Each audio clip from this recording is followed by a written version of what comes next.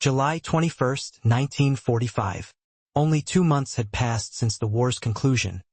Yet in the quiet German town of Hoch, the acrid scent of ash still permeated the air, clinging stubbornly like a second skin. Streets lay choked with shattered brick, and the skeletal, blackened remains of buildings jutted skyward. Women, their faces etched with weariness, navigated the debris, their buckets clanking past what were once bustling bakeries and vibrant shops. Children, barefoot and thin-armed, kicked at stones, their movements as fragile as reeds swaying in the wind. Hunger was an ever-present companion, its relentless grip measured not by the clock's passage, but by the profound, hollow ache deep in their stomachs. And so, when an entirely different aroma began to waft through the rubble on that summer evening, it brought the townsfolk to an abrupt, collective halt. This wasn't the familiar smell of smoke or boiled turnips.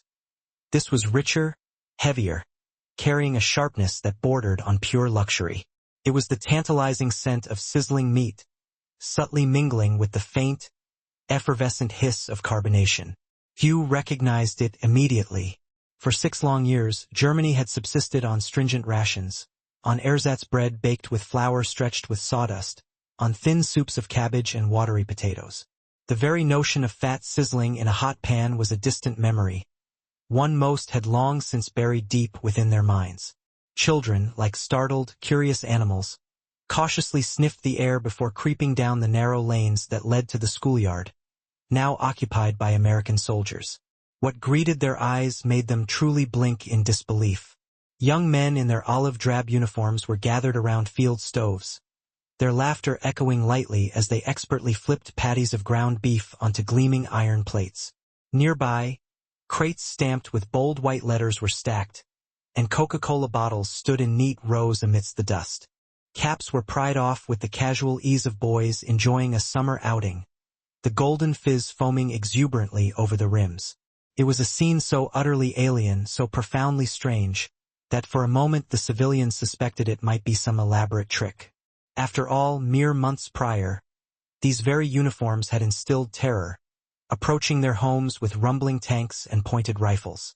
Propaganda had ceaselessly depicted Americans as brutal, merciless brutes. Yet here they were, sleeves rolled up, helmets casually discarded, sharing food amongst themselves with open grins. Some leaned back against their jeeps, leisurely sipping the dark soda as if it were the most natural occurrence in the world. The townspeople hesitated at the rickety fence, a thin barrier between their shattered world and this perplexing display of plenty. A boy, no older than 10, clutched his sister's hand, his gaze riveted on the hamburger a soldier lifted to his mouth. He could discern the savory juice tracing paths down the man's fingers, glistening in the soft evening light. His sister whispered, "What is that?" He shook his head slowly. They had no word for it. Meat nestled between slices of bread felt like something out of a fantastical fairy tale. One of the soldiers noticed their fixed stares and offered a gentle half-smile. He walked towards the fence, holding a bottle of Coke by its neck, the glass beaded with condensation, cool droplets rolling down to his hand. He held it out to them. The children remained frozen, unable to move. Their mother, who had been hovering protectively behind them, quickly stepped forward and tugged them back, muttering a hushed nay-nay under her breath. Fear, ancient and deeply ingrained, still weighed heavier than their blossoming curiosity. For years, Germans had been warned that Americans were merciless, that any apparent kindness would undoubtedly be a treacherous trap. In that suspended moment, hunger warred intensely with deep-seated mistrust. But the soldier did not press the offer. He simply placed the bottle atop the fence post, offered a small nod, and turned back to his companions. The persistent fizzing sound seemed amplified now, as if it gently mocked the silent, watchful crowd. Slowly, tentatively, the boy reached out, his small fingers trembling. The Coca-Cola was startlingly sweet on his tongue, a rush of sugar that almost stung. His sister's eyes widened in astonishment when he passed it to her. "It tastes like fireworks," she whispered in awe. Word spread with astonishing speed. By the very next evening, even more townsfolk had gathered, drawn irresistibly by the same intoxicating scent. They approached with weary, cautious steps, the ingrained tightness of those who had learned, through bitter experience, that nothing was ever truly given without a cost. Yet, each time, the Americans offered food across the fence. Patties tucked between slices of soft white bread, bottles uncapped and gently pressed into reluctant hands. A teenage girl bit into a hamburger and gasped, a genuine sound of wonder. Grease dripped onto her wrist, and she instinctively licked it clean, a flash of shame for her own eagerness quickly passing over her face. Later, she would confess to her neighbor, "I never knew bread could taste warm." The contrast between their past and present was simultaneously unbearable and intoxicating. Only weeks prior, official ration cards had allocated a mere 1,000 calories per day for adults, a pittance barely sufficient for survival. In some cities, the situation was even more dire. Children suffered from bellies swollen with malnutrition, and mothers fainted during demanding work details. Now, a bounty born of pure plenty had arrived in their midst. This was more than just meat and soda. It was a profound revelation, a glimpse into a world where scarcity did not reign supreme. For the Americans, these acts of generosity seemed almost trivial, commonplace. They had been raised in a nation where Coca-Cola was sold on every street corner, where hamburgers were as ordinary and ubiquitous as rain. To them, these gestures were simply camaraderie, a natural way to soften the harsh edges of occupation. A GI from Ohio scribbled in a letter home, "We gave the kids some Cokes tonight. You'd think we'd handed them gold." Another penned, "It's strange. These folks look at us like we're magicians just for opening a can of Spam or flipping a burger." Yet, for the Germans it was profoundly disorienting. How could these very enemies, who had reduced their towns to rubble, now feed their children with laughter and ease? How could those who had bombed their homes offer such unexpected sweetness in a bottle?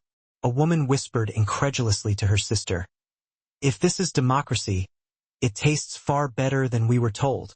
That night, the children slept with sticky fingers and the lingering memory of effervescent bubbles on their tongues. For the first time in years, their dreams smelled not of smoke and destruction, but of tantalizing food. Still, an unsettling unease lingered. Was this kindness genuine, or merely a prelude to future demands? Would the same hand that offered bread today close into a punishing fist tomorrow?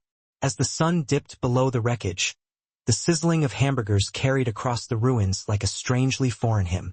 Neighbors gathered in doorways, visibly torn between deep suspicion and an undeniable yearning. Hunger was an unforgiving master, yet trust proved a far slower acquisition than appetite. The boy who had first tasted the Coke sat on the steps of his ruined home, the empty bottle cradled against his chest like a sacred relic. He didn't truly know the word America, but he knew this. The world he had been taught to fear was suddenly feeding him, and that profound realization was as unsettling as it was sweet. The next morning, the smell returned, even stronger, more overtly inviting. By then, more townspeople were waiting, their tattered ration cards still tucked safely in their pockets, their stomachs still aching with emptiness. They had no idea what might be asked of them in return, but they knew with an undeniable certainty that they simply could not stay away. What came next would surprise them even more profoundly. The second week of July 1945 brought forth the same unfolding ritual. The Americans setting up their makeshift canteen in the schoolyard, the townspeople gathering cautiously along the fence, and the irresistible smell of sizzling meat mingling with the dust of ruined houses. Yet something subtle had undeniably shifted. Curiosity was slowly, steadily conquering fear. Mothers who had once instinctively yanked their children back now lingered with them, their eyes darting anxiously between the smiling soldiers and the tantalizing patties browning on the stoves. Hunger, they were discovering, proved a far more persuasive argument than any lingering suspicion. For most civilians, the preceding 6 years had been solely defined by relentless scarcity. The German rationing system, implemented in 1939, had dwindled year by year until the final winter of the war left adults surviving on less than 1,000 calories a day. Bread was severely stretched with sawdust flour, sausages bulked out with ground turnip, and coffee made from roasted barley. Many still vividly remembered the harrowing hunger winter of 1919, when starvation had mercilessly followed Germany's defeat in the First World War.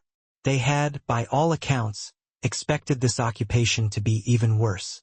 Rumors spread in hushed, anxious voices. The Allies, it was whispered, would punish Germany with deliberate famine, perhaps even repeating the devastation with vengeful hands. Children had been explicitly told to anticipate cruelty. Instead, they were watching young soldiers simply hand out sandwiches. Private Robert Ellison, a 19-year-old fresh from Iowa, had never in his life known what it meant to skip a single meal. Back home, his mother would pack generous baskets of fried chicken for Sunday picnics, pies cooled invitingly on windowsills, and Coca-Cola was readily available in glass bottles at the local corner store. Here in Germany, he was profoundly struck by the visible thinness of the children pressing against the wire fence. He wrote home to his sister, "They look at us like we're from another planet. All we do is hand them food. They stare at a Coke bottle as if it were pure treasure." His words perfectly echoed the larger paradox of the occupation itself. American abundance meeting German deprivation, and unexpected generosity confronting deep-seated mistrust. The first time a local man dared to step through the gate, his shoulders were hunched defensively, as if he expected an immediate blow. He offered his ration card, a reflex born of years, as though food could only be legitimately obtained through official stamps and signatures. The soldier at the stove laughed softly, shook his head gently, and placed a hot hamburger directly into his trembling hands without asking for anything in return. The man froze, staring down at the warm bread and meat. His fingers quivered as he slowly lifted it to his mouth. The first bite made him close his eyes in an involuntary reaction. For weeks afterward, he would recall the sensation of warmth spreading through his chest, a feeling derived not just from the calories, but from sheer, overwhelming astonishment. Others soon followed. Children eagerly accepted bottles of Coca-Cola, struggling to articulate its unique taste. Some initially thought it was medicine. One girl whispered, "It feels like drinking music." To the soldiers, it was merely soda. To civilians who had endured relentless bombings, stringent ration cards, and brutal, cold winters, it felt like nothing short of alchemy. The sheer numbers themselves began to tell a compelling story. By July 1945, the U.S. Army Quartermaster Corps was shipping nearly 15 million rations daily across war-torn Europe. Tins of Spam, powdered eggs, canned fruit, and chocolate bars were stacked high in vast warehouses. Coca-Cola had shrewdly established bottling plants near the front lines to ensure every American soldier could readily enjoy a drink. Those very plants now poured out bottles that gradually trickled into civilian hands, subtly blurring the rigid line between enemy and guest. The overwhelming abundance was disorienting, and it also unsettling. Some older Germans muttered darkly that this sudden generosity must surely conceal a hidden cost.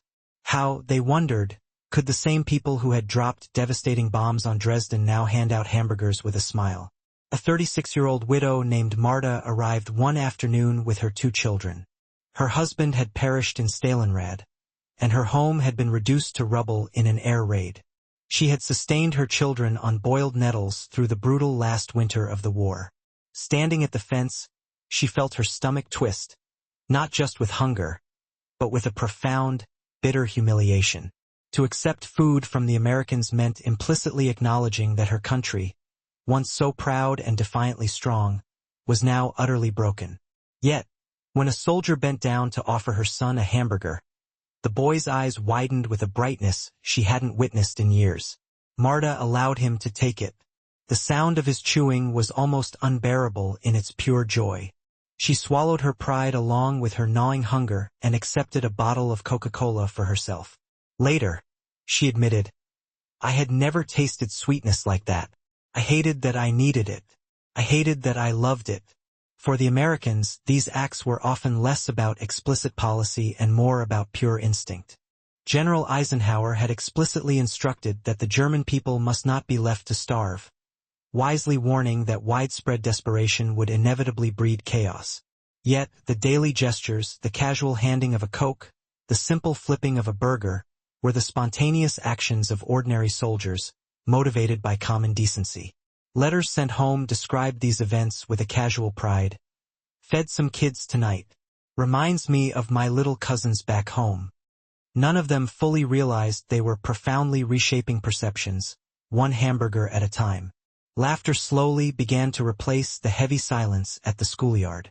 German boys mimicked the soldiers, playfully pretending to flip invisible burgers in the dust. Girls sipped Coke from shared bottles, giggling as the fizz tickled their noses. The soldiers watched with amused expressions, shaking their heads at the children's unbridled delight. A private joked, "We're going to spoil them before their mothers even can." Another replied, "If this is spoiling, maybe that's not such a bad thing after all." Yet, underneath the surface humor, an unspoken tension persisted. Was this sudden abundance a genuine glimpse of a brighter future, or merely a temporary, fleeting dream? Some feared that once the soldiers moved on, the town would inevitably sink back into the familiar clutches of hunger. Others whispered ominously that American food was dangerous, a calculated lure, and that dependence on the occupiers would weaken what little dignity remained. Still, each evening, more people came to the fence, their caution gradually eroded by the irresistible, tantalizing smell of sizzling beef. The contrast was stark, almost brutal. Only blocks away, ration lines still stretched interminably down broken streets. Families still painstakingly scraped burned flour from the bottoms of pans, still boiled weeds for meager broth. The schoolyard had become a poignant meeting place where two starkly different worlds collided, one of profound scarcity and one of bewildering excess. The sight of soldiers eating so casually, even tossing half-finished burgers aside, was as shocking as it was painful. For some, it stirred deep resentment. For others, it ignited a powerful longing.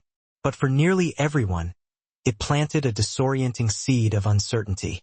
Late one night, Marta confessed to a neighbor, "I don't know what frightens me more, going hungry or growing to depend on them." That pervasive unease reflected the larger, complex conflict, the clash between profound humiliation and the raw imperative of survival, between national pride and the undeniable relief of a full stomach. By the end of July, the ritual had seamlessly become routine.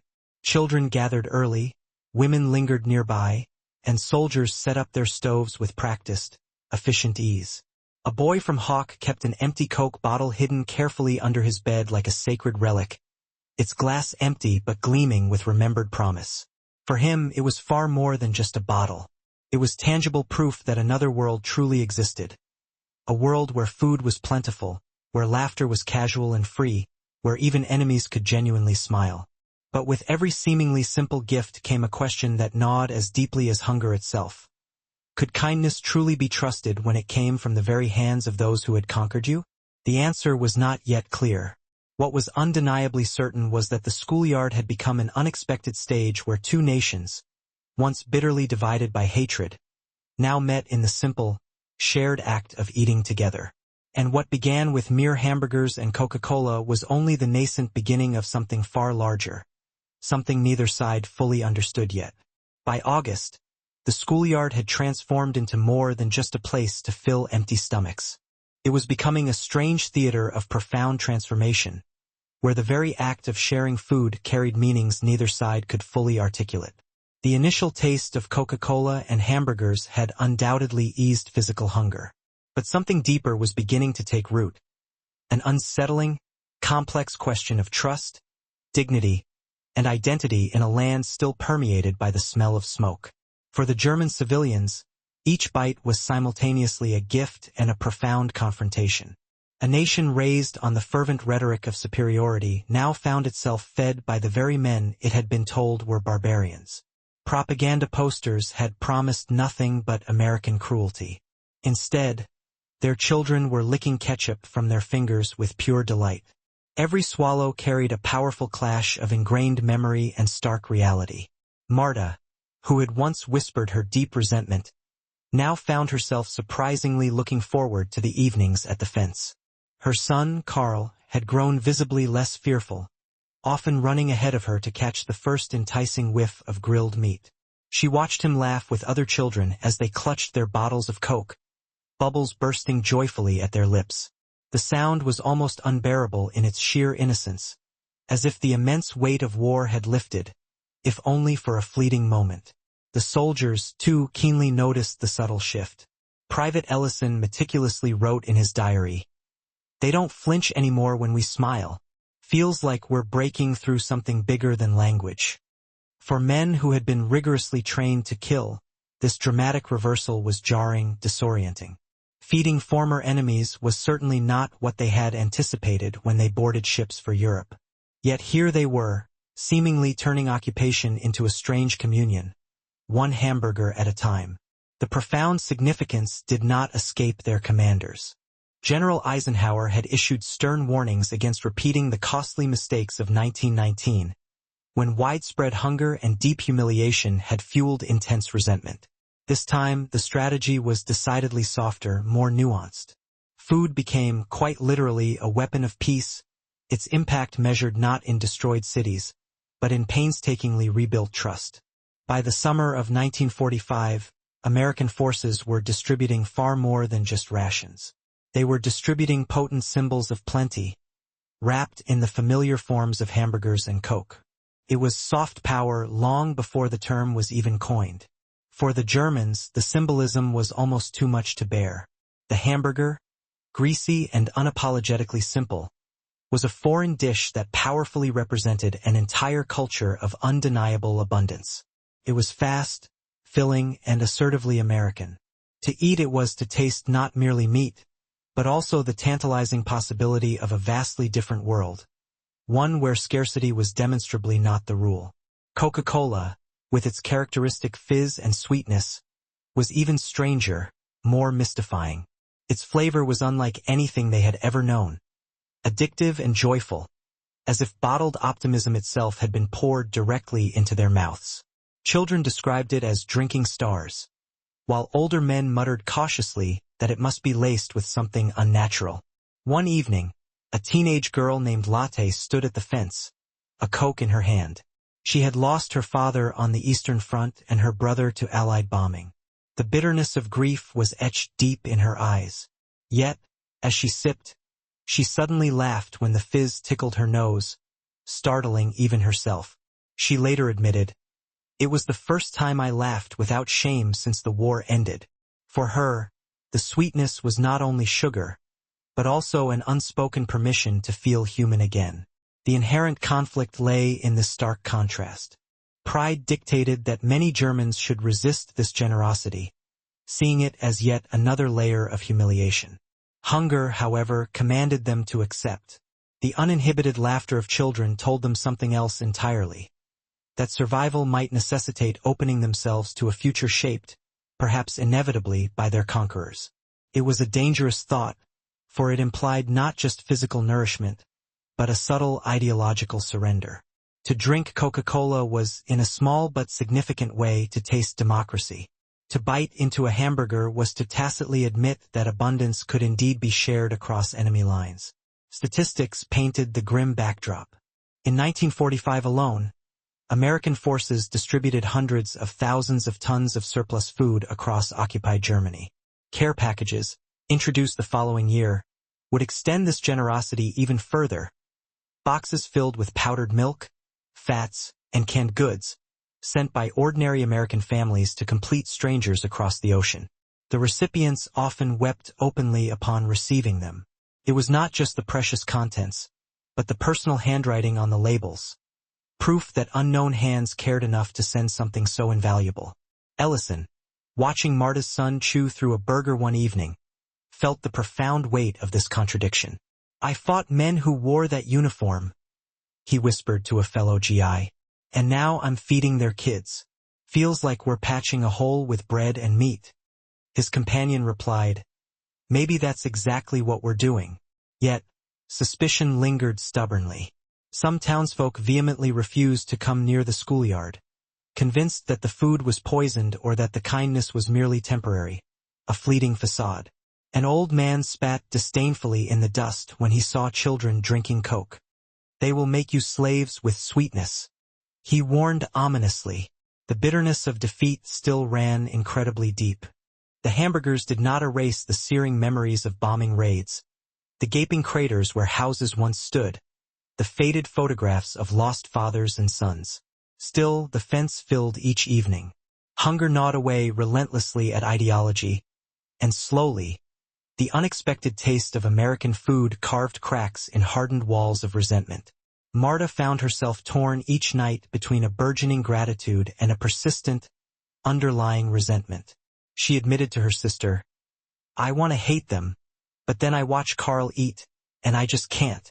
What kind of world makes kindness feel like betrayal?" The Americans, too, wrestled with their own contradictions. Some joked that they were teaching Germans how to eat properly.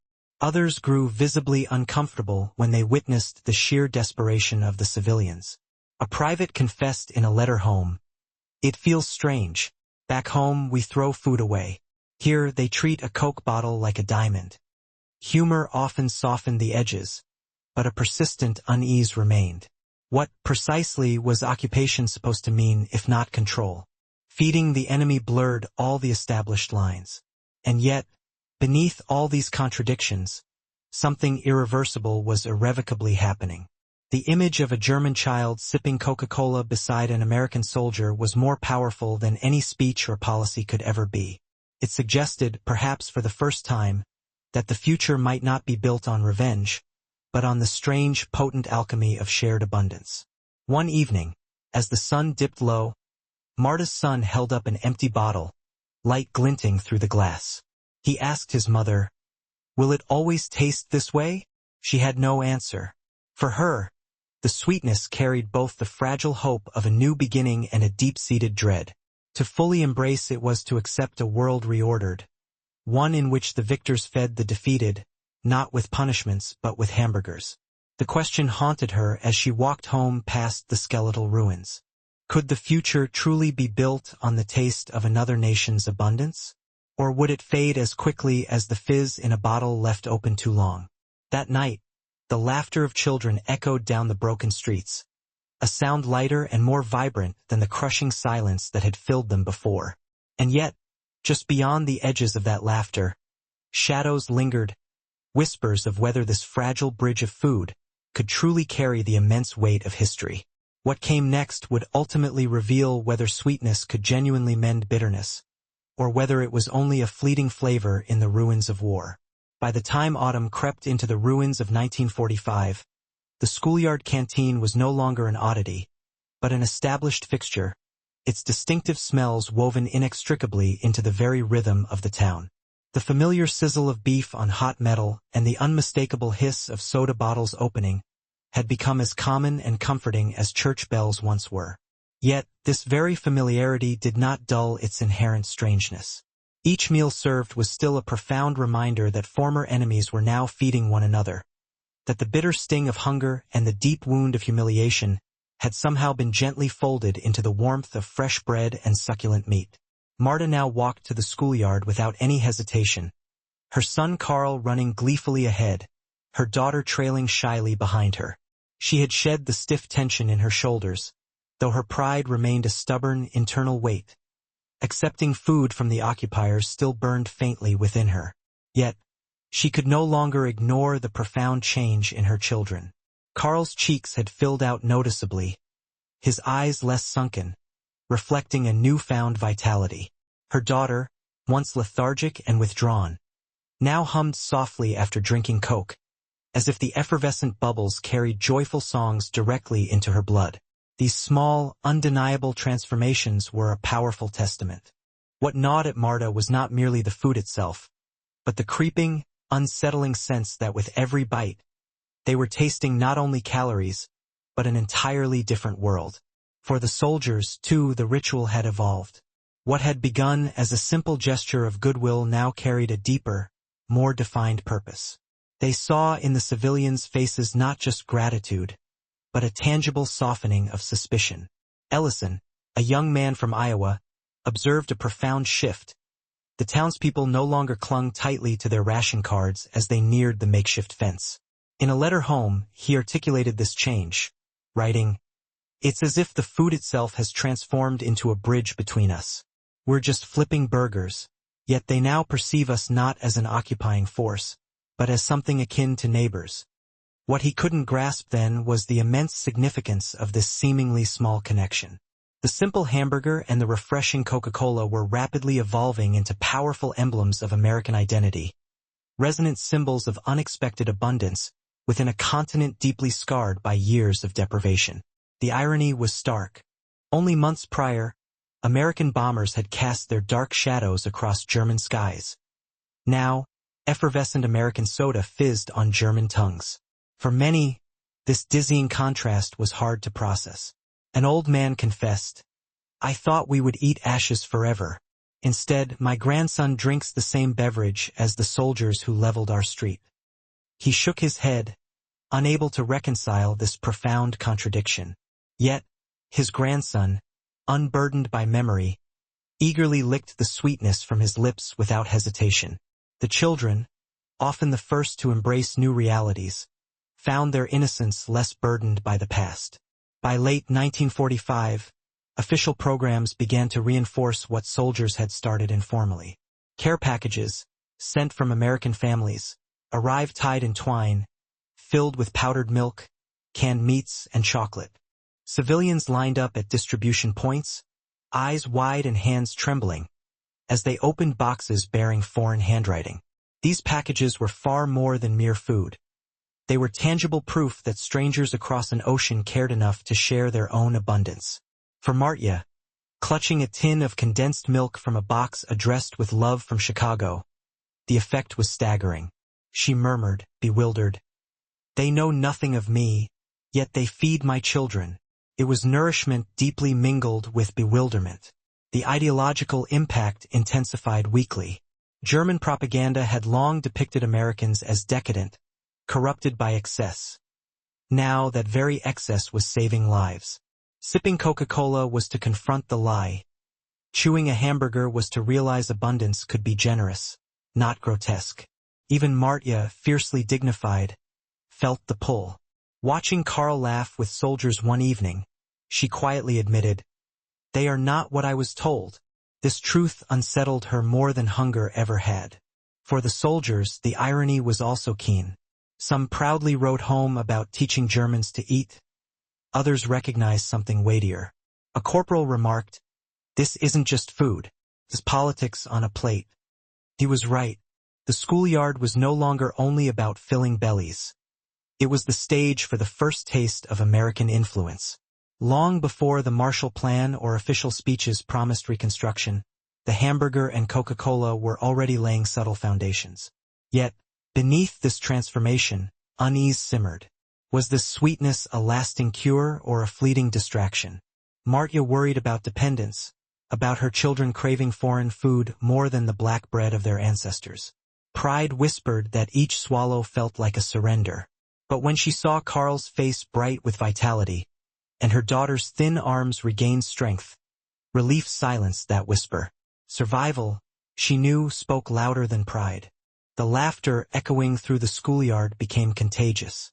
Soldiers playfully teased children, holding bottles just out of reach before grinning and surrendering them.